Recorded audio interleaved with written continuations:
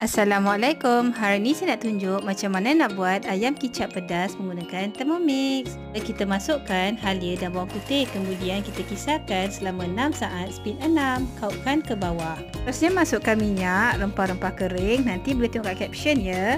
Kari dan bawang merah serta bawang kecil yang dipotong halus. Ratakan, kemudian kita tutupkan lid dan tumis selama 8 minit suhu 120.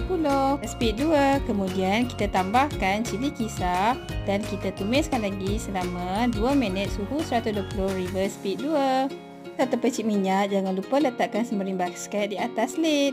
Kali kita masukkan ayam yang telah kita goreng tadi, masukkan kicap masin, kicap pekat, sedikit gula dan sedikit air untuk kasih lembab. Dan kita masakkan lagi ayam selama 7 minit suhu 120 reverse spoon.